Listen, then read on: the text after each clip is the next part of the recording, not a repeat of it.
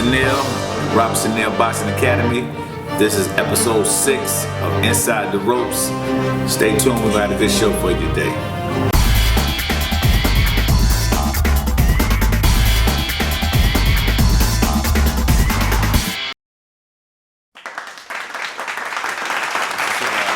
State of boxing in South Carolina.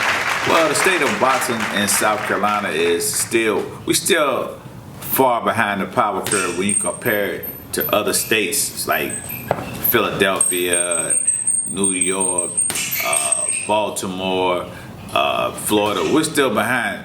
And I think we have a lot of trainers in South Carolina, but we don't have a lot of teachers. So there's a difference between training somebody and teaching somebody. Like if you come in the gym and I got my brother in here or my cousin with a towel over his back and he just saying jab, jab, right hand, you're gonna think he's a trainer. Or he might be able to tell you, but he can't teach you the basic fundamentals, you know. And that's a lost art in boxing in all over the world. That's why you look at fighters from the 80s, the 70s, they're not as good. I mean, fighters today are not as good skill-wise technically. They're more athletic probably, but as far as technical aspect of it, they're not, because they don't have the old school trainers like they used to have back then. I grew up under old school trainers, so I had to learn the hard way. But as a trainer, you still got to study. You still got to do research on other fighters. You got to learn. This is a game where you got to continuously learn. And if you get stagnant and think you know everything in this game, you're doing your fighters a disservice, because no trainer knows it all. You have one trainer hot, like Buddy McGirt might be hot for this period, then his fighters might start losing. Then you have Freddie Roach, then you have, now you got Teddy Atlas. You got all kind of trainers out there. But some of the old trainers, some of the great trainers, a lot of people never even heard of them. Like Chappie Blackburn, he trained Joe Louis, he trained Sugar Ray Robinson. So he's one of the greatest trainers. You had Eddie Futz, they call him Papa Smurf. You had so many, Angelo Dundee. You had Bowie Fisher. You had a lot of great trainers, old school trainers that actually taught the sweet science of boxing. That's why Georgie Benton, these guys could actually teach boxing. And those are guys, the type of trainers that I came up under, and by learning how, some trainers, not dogging them, but they can't teach you how to throw a correct jab. Let me tell you one thing about basic skills or basic fundamentals. One thing about basic skills, when you go to the DMV to get your driver's license, you got to drive the car with fundamentals. The 10 and 2 position, right? Your hand is on the steering wheel, 10 and 2. Now once you get your license, you can drive that car any way you want. One hand, fingertip, whatever, driving text. But when you get ready to crash that car, the first thing you do is go back to the basics. You grab the car at the 10 and 2 and you start driving. But what happens if you don't know the basics? The first thing you're gonna do is snatch the car off the road or whatever. But you're doing the fighters a disservice if you don't teach them the basic skills. You gotta teach them footwork.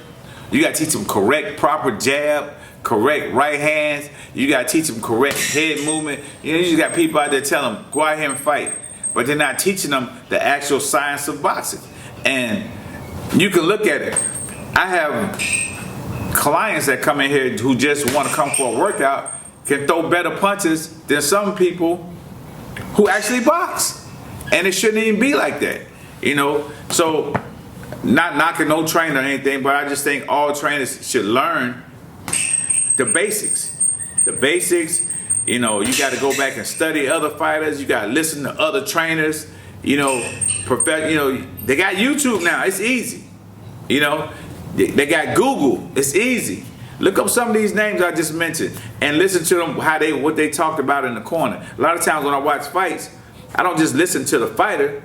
Watch the fight. I listen to what the trainer is telling this guy in the corner between rounds. I tell him, be quiet. I got to hear what he said, because I want to learn. I learn from other trainers. Everything I learn from somebody else. A lot of these trainers out here, their ego is so big that they feel they can't learn from somebody else. Man, I done learned from almost every trainer that I've been around. I've learned something from them. And I put it all together in jail.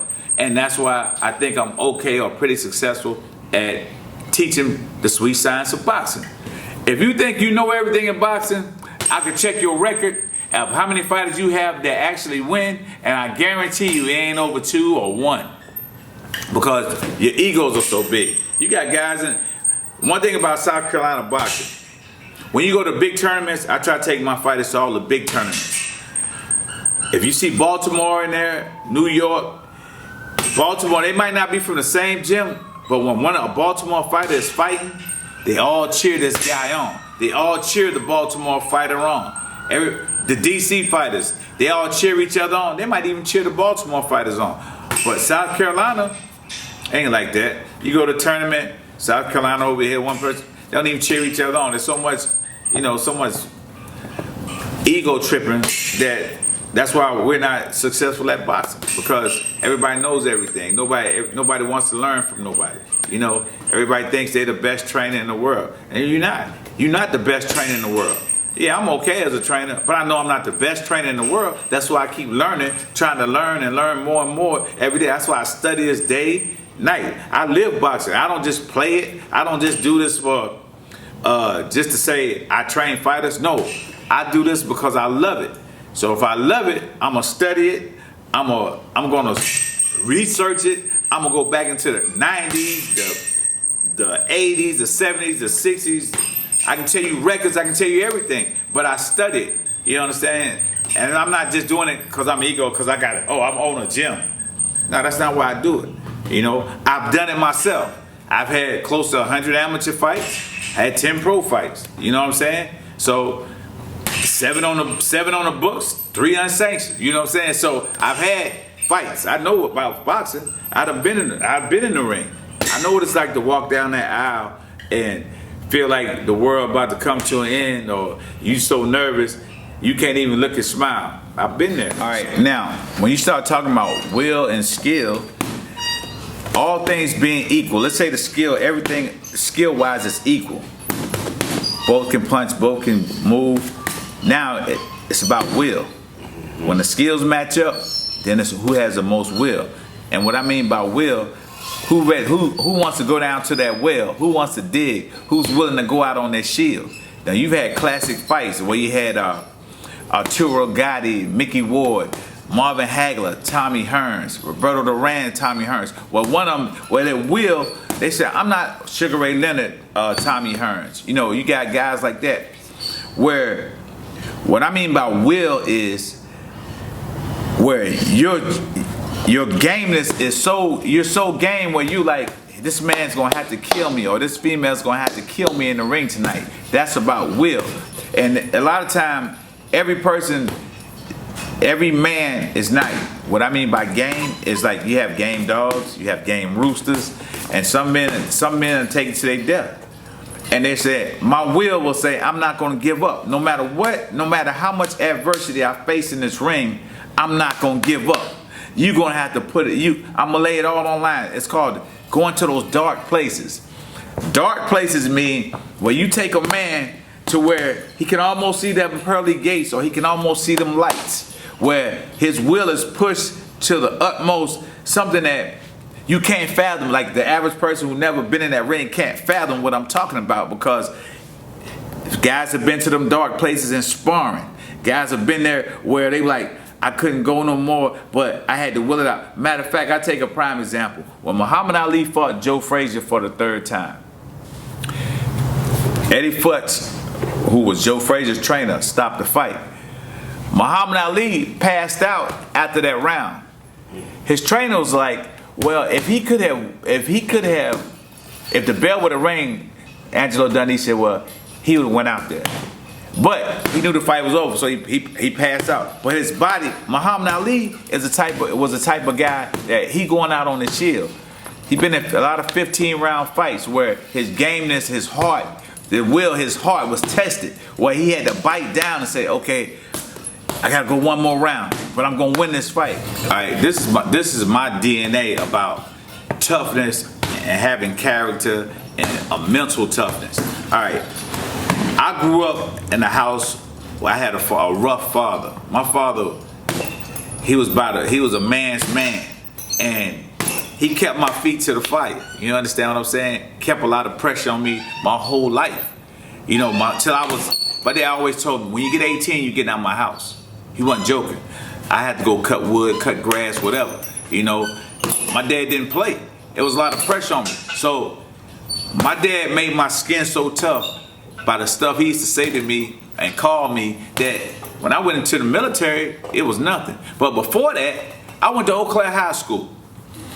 Our football record was 0-44 before I became a senior. I played running back at this high school. All right?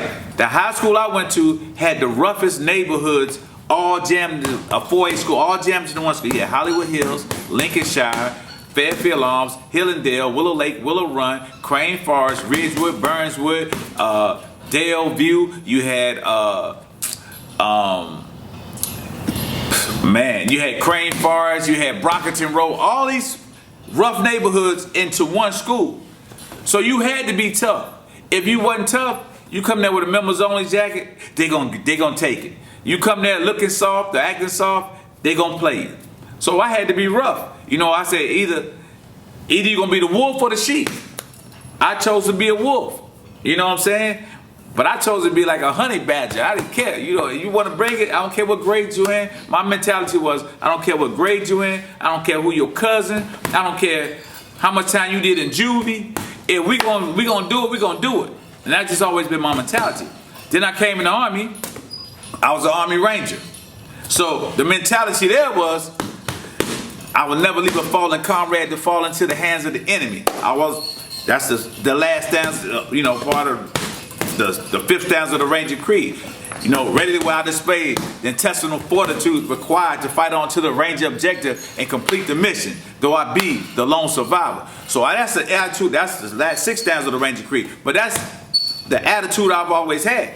So that just helped it out. So now when I train people as a gym, that's the attitude I instilled in my kids.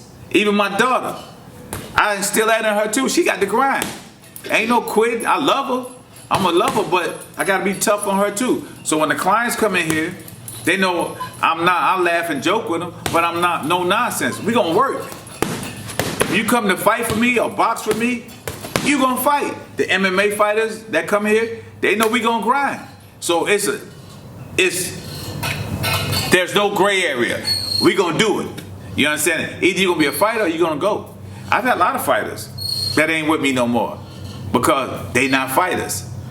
They want to play the game, a lot of them, but I'm not here to play the game. A man told me, a very wise trainer told me, Mr. George Peterson, Dominique, some of these jokers, they just want to go on field trips with you. They don't want to box for real.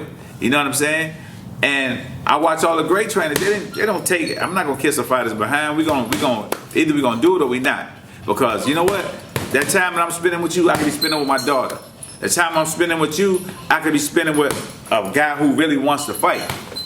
When I fought, there wasn't no excuses. The coach tell me this what's gonna happen. This what you gonna do. It wasn't, man, I ain't training. Nah, you gonna train.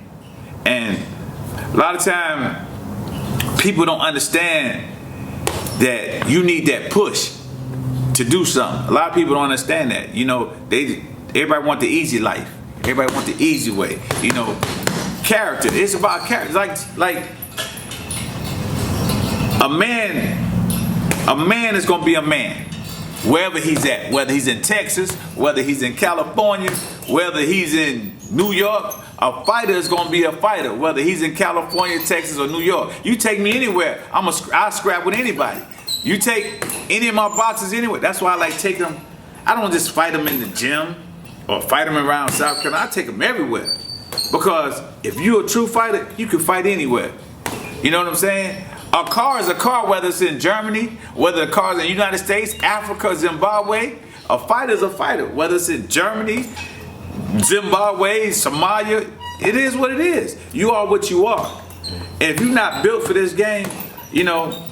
But when people come to train, I train them like I would actually train a fighter. Most people go to gyms and they try to curtail it around. Now I might modify the exercise a little bit, but what I'm not gonna do is take away what the Robertson Neal Boxing Academy, what I stand for. I'm gonna train you like a boxer because boxers are in great shape. So you're gonna learn to box and you're gonna learn to get in shape. You know, you're gonna do both. So if that's what you want to do, that's fine. I'm not gonna come in here and baby you like, oh, thank you for coming and you did a great. Nah, we got boxing. I'm gonna have the heat turned up. The heat is gonna be up in here. You're gonna be sweating when you leave up out of here. You're gonna grind. You're gonna feel like a fighter. But to be a fighter or train like a fighter, it takes a special person. You know what I'm saying? It takes a special person. Boxing and life parallel. With boxing and life, when you get knocked down, you gotta get back up. Nobody gonna baby you. If they came to turn your lights off tomorrow, what you gonna start, just roll over and start crying? Nah, you gotta get out, you gotta figure it out. You know, you gotta, that's what being a fighter is all about. A fighter in life, a fighter in the ring, a fighter just training, a fighter period. And you gotta have that fighting mentality. That's just what I stand for. You know, if you don't like it, go somewhere else where they sell you a dream. I'm not selling nobody a dream. We're gonna do it, we're gonna make it happen. I got my young fighters, all of them can box. All of them can fight. I'll take them anywhere. Matter of fact, I got 3 fighters fighting at Fort Bragg, North Carolina, April 2nd. These guys are kids. But we're gonna beat these. I got Jalen Prigden, Brennan Woods, and I have Jakiah Mason. These guys fight grown men. They've been beating grown men since they've been boxing. Jalen has like 16 fights. Jakiah has 4. But every fight Jakiah fought, he fought grown men. Every fight Jalen fought, they fighting grown dudes. They're not fighting kids. But that season that I put them on here, the season that I'm putting on them and sprinkling on them, they gonna leave. They go out to fight with my mentality. I push that mentality on them. So whether they keep boxing or not, in life, they're gonna be great. You understand what I'm saying? So I'm gonna wrap it up by saying this was episode 6 of Inside the Rope season 2. I wanna thank my host Zeb, folks. Let me give a shout out to all the people who come to the gym and who have really supported me from the time I was at my garage to now, and all the people who come 5 a.m., the 11 a.m. crew, and the 4:30 crew. I appreciate y'all and everybody who helps add to the gym with input, whether it might be giving something to the gym. Thank you for all the people for your donations to the gym that making the gym what it is. So I just want to thank you, and I want to say congratulations to Stephanie Warren, Jakiah Mason, and Jalen Prigden. May 21st, the Matrix will be back. We're going to have it at the Jamil Temple. All right. Have a good summer.